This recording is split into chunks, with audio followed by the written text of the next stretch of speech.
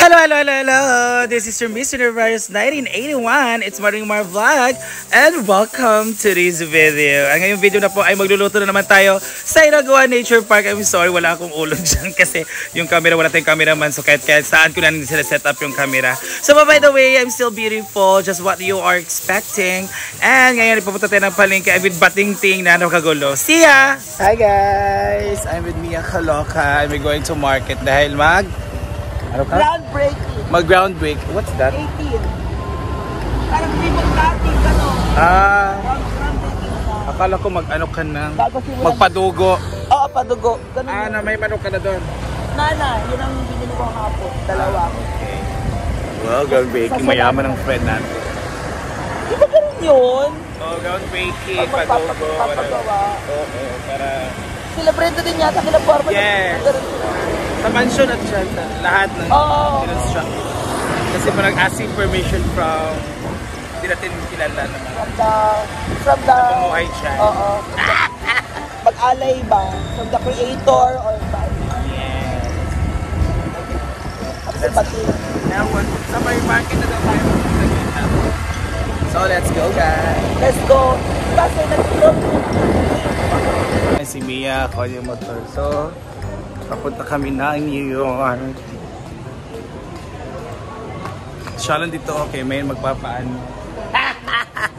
Napapalinis. So, minga pa guys. Ayan na sila dahil. Magpa-groundbreaking, grabe kayong term. Ay, yes po, sorry. Mga Ilocano kasi sila, mahilig sila sa mga pamangkin. Groundbreaking, yeah. So, dito kami sa gulayan guys. Ha? Ano? Magbami na lang tayo. Kami na bahala sa bami. Kasi mahal yung tanghon, 400 yung kilo. Oo, mahal. Yan lang kasi nasa mga 70. Ito dati meron ng pansit tapos meron mahal ko dito. Huh? Yun yung gusto mo. Bihon lang yun. Parang bihon. Dagara dahil kayo para magko-stock sa July. Ang dati. Ah, dito. Oh, siya dati dahil? Oh, dahil. Alas siya. Kaya lang. Ano din asin? Hindi. Ito nga lang. So magbibambi kami, tapos may chicken siya na padubuhin.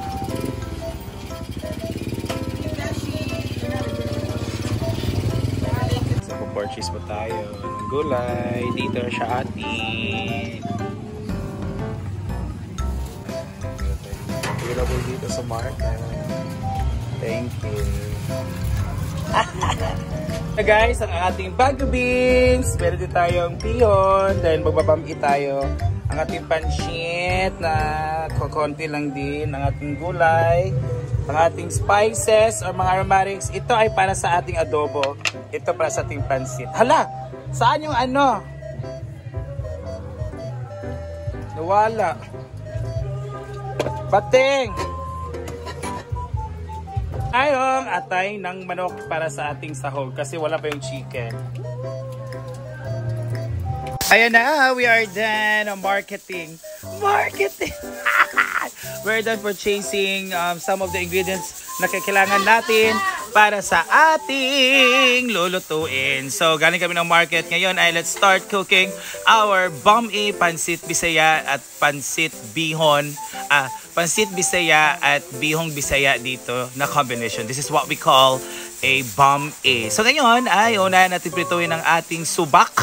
Or ang ating, ano ba subak sa Tagalog? Basta, yun meron ang subak and itong atay ng manok ay atin ang pipituhin. Gigisan-gisayin lang natin yan guys. Habang meron tayong background music din na pressure cooker. Kasi nagluluto tayo ng adobong manok dito na kal. So by the way, malapit yan po ang pagganyan ng color ng ating atay ay pwede na po yung ating iset aside. And magpapainit tayo ng ibang kawa para sa ating bam-e. Ayan. First natin ay yan, same process po pagpainit tayo ng mantika. Pag mainit ng mantika, unahin natin yung ating sibuyas or ang ating onion. And after that, ang ating ginger, ang ating bawang or ang ating garlic. So, pipito, bekas mo lang yan, guys. And after that, pag ganyan ang color ay lagyan natin ating capsicum, ating bell peppers. Ayan, so, ganyan color na pa-brown na siya, no? Kasi lalabas siya ng mga aromatic niya. Mga aroma niya. So, after a while, ay ihalo na natin ang ating Baguio beans po kasi yan ang unahan natin kasi diyan po ang matagal na maluto or matagal na malambot. So yan, kayo na bahala magtimpla. So nilagyan ko na siya ng asin, nilagyan ko na siya ng granules, and after that nilagyan ko siya ng toyo para po may color siya. And after that, because makos lang yan, and isabay na natin. After 1 minute po ay ilagay na natin ang ating other gulay na binili namin na 20 pesos lang, na already cut na siya. And meron siyang cabbage, meron siyang carrots, ganyan siya kanipis. So, available po yan sa market na pinuntahan namin. So, 20 pesos per pack lang po siya. And after that, ibigos-mekos natin. So, kailangan talaga siyang mix, no? So, after is, lagyan natin ng water. So, kayo na bala kung anong kadami ng water. So, yan, 2 cups of water lang siya. Ipaboil lang natin. So, after 1 minute of boiling, ay isi-set aside natin itong ating gulay. Kasi, iba kasi yung para hindi siya super malambot, para hindi siya malata sa atin. So, iset aside natin yung gulay. Ilagay natin sa other na natin dito sa yahong.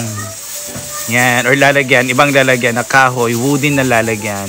So, very socialan tong aming non-stick pan na malaki na pwede magsabaw and anything. So, after pagpakuluan natin yung water, ilagay natin siya ng powder pepper or black pepper. So, after that, ilagay natin ang ating pansit bisaya, ang una natin.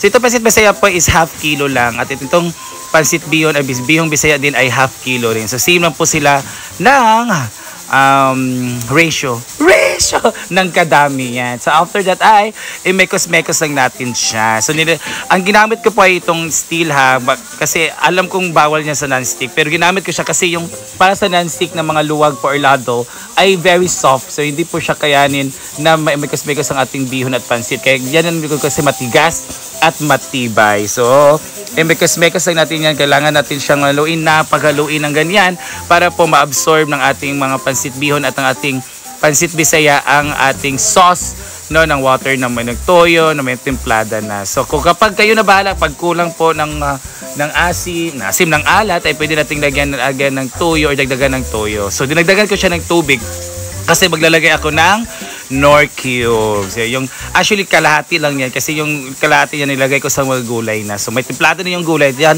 titimplahan din natin yan ang ating mga bihon, ating pansit. So ibakasbekos lang natin yan, and shout out pala sa lahat ng ating mga manunood na nagko-comment po na they love pansit. Same po kami ni Argel, no, kami dito, we love pansit. Even nga merienda nagpapansit kami. So after a while, pag ganyan ng color, ay ilalagay na natin ang ating ginisang atay ng manok po kanina and ang ating gulay. So after that, ay mekos-mekos lang. This is the final mekos-mekos or ating final na halo-halo. Yan. So kailangan siya ma-distribute for the color and for the beautification. 90% for the ay, charot lang. So mekos-mekos lang yan, guys.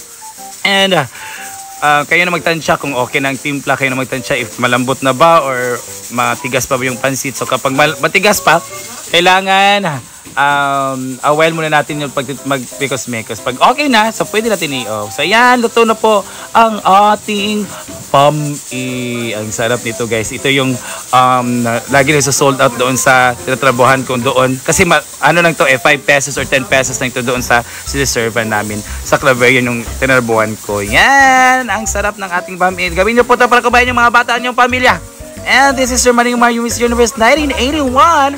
And thank you so much everyone for watching. And I love you guys for this. Thank you po. Please do share and follow, guys. Whatever the video na pwede natin i-upload para po dumami yung views and the followers. Maraming salamat po. And sana po ay gayahin ninyong lahat. Thank you and goodbye. Yay! Nandito na to na ang bam-in ni Mia. Niluto po natin. At yan po, ito po ay part ng kaniyang, what was the term? Padugo ba? Groundbreaking? Groundbreaking. Ayun po. Yun po yung plano niya. Tingnan po natin.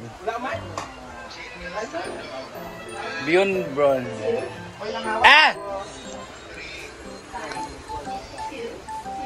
Si Chuchay po andyan ng anak. Hindi po natin pwede ipakita. Kasi maselan po siya. Maselan baghari.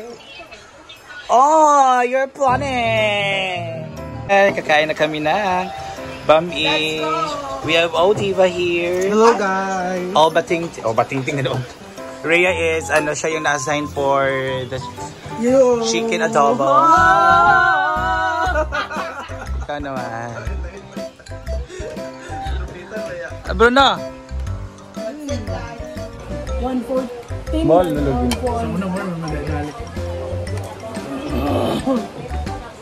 Ay, siya nga. Beshi, masarap yung Jollibee, dahil mo. Thank you, Marimar, for our Welcome. lunch. I don't have breakfast pa. Because brunch to dinner ba? Brunch na. so isahan na pala to. Kasi 12 lang ako alam kumain. 12 noon. Huh? Bawal ako kumain below 12. Alagi, Mars? At kung ano ang imong pagkuhan, Mars? Sarap. Yun siya. Katawan ganito dito nga. Asa nang haligi niya ba makapadugo? Para sa ganun. Mga bato daw. Dapat nga may pala.